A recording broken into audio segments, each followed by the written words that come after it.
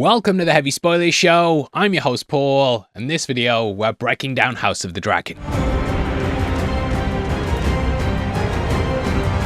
The preview for episode 8 is now here, and this is probably our last look at the finale before we see it on Sunday. In this video, I want to talk about what happens in it, how it differs from the book, and where things could be going next. As always, we will play the trailer first as well, and then get into the breakdown, but there will be spoilers too. News of Aegon's return has set the Queen on a dark path. You have an absolute power within your grasp. You have only to wield it. He and Roxton have some secret plot afoot. He has kept it even from me. Are you still prepared to die for our Queen? Can't fucking wait. Our father would hate you for this. Two paths diverge before you. Whether you live or die today, Victory, you will be remembered in the histories! or a mountain of dead Hightowers.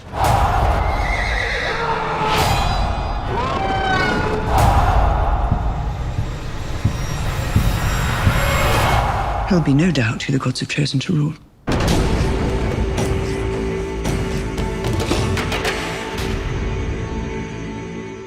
Okay, so we begin at King's Landing looking at the Sept. We then jump to Rhaenyra, who's holding her crown. Worn by both Jaehaerys and Viserys, this used to be a symbol of peace. Aegon's crown was worn by the kings who sought after war, whereas this was more for the type of leader that Rhaenyra wanted to be. However, the realm has been thrust into chaos and things just aren't going the way she wanted. You might also notice we have Viserys' Lego set in the background of the shot. Cut to the wide shot of the room, and we can see that it has been brought about the basement. So now here, the skull that represents the murderer of her son. I know it wasn't him, but she had that in the room beforehand. But this is now kind of a more optimistic look at death and how to potentially handle things going forward, instead of the skull being like representative of revenge. We then hear Adam telling Alan that news of Aegon's return has set the Queen on a dark path. So it looks like the news of Sunfire and Aegon has travelled fast, and everyone's been telling people about that episode 7 ending. And it was a banger, to be fair. We also see as she grabs Baela's face during this. I think this is a moment in which Rhaenyra is gonna turn on the dragon seats. In the book, after Ulf and Hugh switched to the Greens and Daemon was fooling around with Nettles, she ended up turning on the dragon seats. Nettles has been changed to Rhaena in the show, and they've done something vastly different where she was responsible for Jace's death. So that's just kind of driving Rhaenyra to turn on everyone that she trusts. I actually really like the changes with Baela as well, and they're piling a lot more into how she's gonna get in trouble. She used to be engaged to Jace, but is now kissing Alan and also being kind to her sister. So it's clearly going to drive a wedge, and I think ultimately Rhaenyra may lose a lot of her dragon riders because of this. Now in the book, it was Corlys who warned Adam and Alan that she was turning on her soldiers, and because of this, he was banished to the dungeons. But with him being captured by Ormund, I do wonder if this is going to happen to Baela instead. When it comes to Rhaenyra as well, I'm really glad the show is leaning into her actually going down a dark path. The series had kind of sanitized her a bit, but now she's fully back, doing lots of questionable things, and is clearly just looking to get power. This is ultimately what leads her to finally attacking Tumbleton, and we see Daemon riding out with his legions as well as Caraxes flying overhead. You might also notice the banners of the Tullys and Brackens, and in this bit we also have the Mallisters to the right, and a later shot shows the Stark sigil as well. Daemon then says, "You have an absolute power within your grasp, you have only to wield it." This is to Rhaenyra, and a terrible impression there, but I think it's him finally winning her around to the idea they can just use dragons to make Westeros bend to their will. Daemon has spent the entire season talking about using them to take not only over Westeros, but also Essos, and I think he's finally getting through to her. So they are going to attack Tumbleton, and though the Queen succeeds here, it's actually greatly unpopular because she's willing to attack her own people. So it doesn't go down well, and the victory actually kind of causes everyone to turn on her. Now it's at this point that we then switch to the green side. Daeron tells his Uncle Gwaine that Ormund and Roxton have some secret plot afoot, and he then says he's kept it even from me. I think he's clearly twigging onto the idea that Ormund might potentially be betraying him and possibly setting him up to die as a martyr. Throughout the episodes, Ormund has constantly gone on about playing devious games and basically being deceitful in order to win. Whether it was the story of Miriam Martell or the doppelganger Daeron, nothing is really as it seems. Though Ormund is seen in armor as well, he doesn't really seem like the fighting type, and we've seen his reaction when he's faced with death. So I can't really see him getting his hands dirty, and instead I think he actually wants Rhaenyra to attack the town, kill Daeron, and then this will make her look even worse. Jon Roxton's also going to be interesting in this episode as well, I think, as he is a knight that's known in the blood as Bold Jon and actually forces himself upon Lady Sharys Fotley, who we met earlier in the season. I do wonder if that will happen in this episode or at the start of season 4. They're also adding a lot to Daeron as well. In the source material, Daeron the Daring is largely defined by his youthful courage and also his dragon Targaryen. He arrives at Tumbleton with the Hightower house and fights honourably until events overtake him and he ends up leaving. That is something that Gwaine suggested in episode 7, so I do think that might be what happens here. Now if that isn't the case, then the plot Daeron cannot be involved in possibly deals with the dragon seeds Hugh and Ulf. They're already positioned at Tumbleton with Vermithor and Silverwing. Again, these two will become the quote-unquote two betrayers, and Hugh will likely be doing it for his wife, whereas Ulf just wants a nice pint. We then cut to the black side and see Daemon say, "Are you still prepared to die for a queen?" And we get the excellent, Can't fucking wait. I think it nicely shows the opposites between the sides and that the blacks have people willing to die for them, whereas the greens are all backstabbing and screwing each other over. Even the stuff with Alicent is pretty bad and they're just all out for their own ends.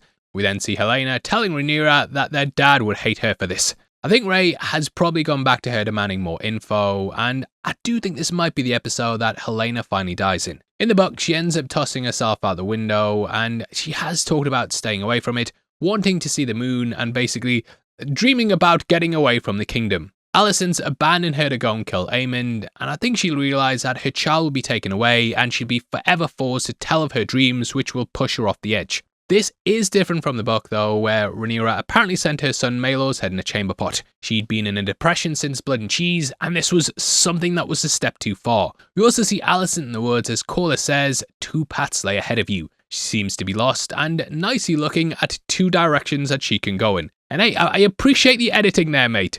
I do think that she'll come across Aegon in the woods though, but then she'll be hit with another moral quandary. Will she team up with her son, or try and kill him as well, and truly become Mother of the Air? We then get some great shots at Tumbleton that seem like they're mounting up to battle. When we cut to the gates inside the wall, I did also notice a woman standing in front of the first horse. It's difficult to make out, but just by the hair, the dress that she's in, I did think it looked a bit like Cat. But let me know below if you disagree. Alan then marches out of King's Landing with the Red Keep behind him at the back. We then get some of the fighting at Tumbleton, including a shot of Hugh. They also set a light and oil line around the castle to stop the incoming army. We also see Gwaine running as the episode text appears on screen and Aemond walking through the halls of Harrenhal. This confirms he lives, and this location is clearly symbolic. This is where Jaehaerys first announces heir at the start of season 1, and he clearly comes across something that stops him. Now I think this is likely Vhagar, who may have returned due to her sensing he was poisoned. Ormond also storms the street as a dragon flies behind him, which I think might be Ulfa Hughes. Now if you love dragons, mate, then why not check out our merch store right below the video. There we have our brand new Sunfire shirt, which we've just dropped for his return in episode 7. We also have them for Sheepstealer, Caraxes, Vhagar and Syrax, and if you buy more than one, you'll automatically get a discount. The more you buy as well, the more money you save, and it all helps videos like this get made. But everything in the finale is clearly going to culminate with the first Battle of Tumbleton. In Fire and Blood, the sequence is one of the dance's most brutal and consequential moments. The Blacks hold the town with a modest garrison, which is reinforced by the Winter Wolves under Roddy the Rune. For the story, they also have the dragons Vermithor and Silverwing with Hugh and Ulf. Ormond then marches north with his army and Prince Daeron on Targaryen. The Winter Wolves then charge and Roddy kills Ormond before succumbing to his wounds. Hugh and Ulf then turn their dragons on the town itself. Tumbleton burns, and the gates are then opened by the traitors, and this leads to the second Battle of Tumbleton. Now, I don't think that's going to happen for the show, obviously, and instead, I think they'll be confined to doing this all in one episode in the space of one battle. I think Ormond will likely die in Tumbleton as well, and I can't actually see Hugh burning the town. His wife's there. Kat is new for the show. She is, of course, his wife, so I don't think that's going to happen. Because of that, I'm expecting a lot of big differences, and I think the dragon seeds might even switch sides before the fight even begins. There's also a line in the book about Mountain of Dead Hightowers, so we can expect the body count to be pretty big. I'm also curious if Aemond might get a vision at Harrenhal and potentially see something other than Vhagar. It seems like the kind of place that he may witness the God's Eye confrontation with Daemon, or perhaps even something from his past, like get us another Viserys cameo or something. But yeah, it looks like it's going to be a massive finale, and I think they've realised from season 2 that they probably need to place their battles throughout the season. I did even think Tumbleton would take place at the midpoint of season 3, but I'm glad they've kind of fleshed it out throughout the episodes. It really adds to the weight of Rhaenyra going bad. In the book, she grows increasingly paranoid and cruel after Tumbleton, and the series is front-loading that change so the finale can land it. The finale also seems to be using Aegon's return as a major catalyst for why she's turning against everyone. The two are heading towards a showdown that will no doubt be a very big talking point on the internet, and they're all kind of laying the groundwork here. His survival and Sunfire's recovery reintroduces a king who in the book spends much of this period in recovery and later sees his Dragonstone. So this preview kind of makes that the spark that sets Rhaenyra off. Also like the fact that Corlys says there are 2 paths ahead and each character has a certain way they can go. They're all clearly at a crossroads and kind of facing the choice of whether they go down that dark path as said by Adam or they do something good. Which I'm sure you can guess they're all going to choose the right options in this. More death, I say! Anyway, that's the trailer, and I hope to see you on Sunday for our breakdown. Now, we might be a bit late, and I don't know if they're sending out the finale early for review, and they have said they might even be holding it back completely. What? So I'm going to have to get up on Sunday night, and that means we might not drop it right after the episode, but we will be working on it as soon as it's out. Anyway, thank you for checking out the video. Please drop a like and also leave a comment with all your thoughts below. If you want to follow us on Instagram as well and keep up to date with what we're doing, then make sure that you check us out at Heavy Spoilers. Did you know as well that members of the channel get early access to a big breakdown every single week, a week before anyone else, and if you click that join button, all those prizes can be yours. This week we're going to be dropping our breakdown of the Green Knight, and then next week I think we're going to be doing maybe Edge of Tomorrow, so that's got to be at least worth $1, both of those breakdowns, mate. So yeah, hopefully see you over there. If not though, huge thank you for sitting through this video. I've been your host Paul, you've been the best, and I'll see you in the next one. Take care, peace.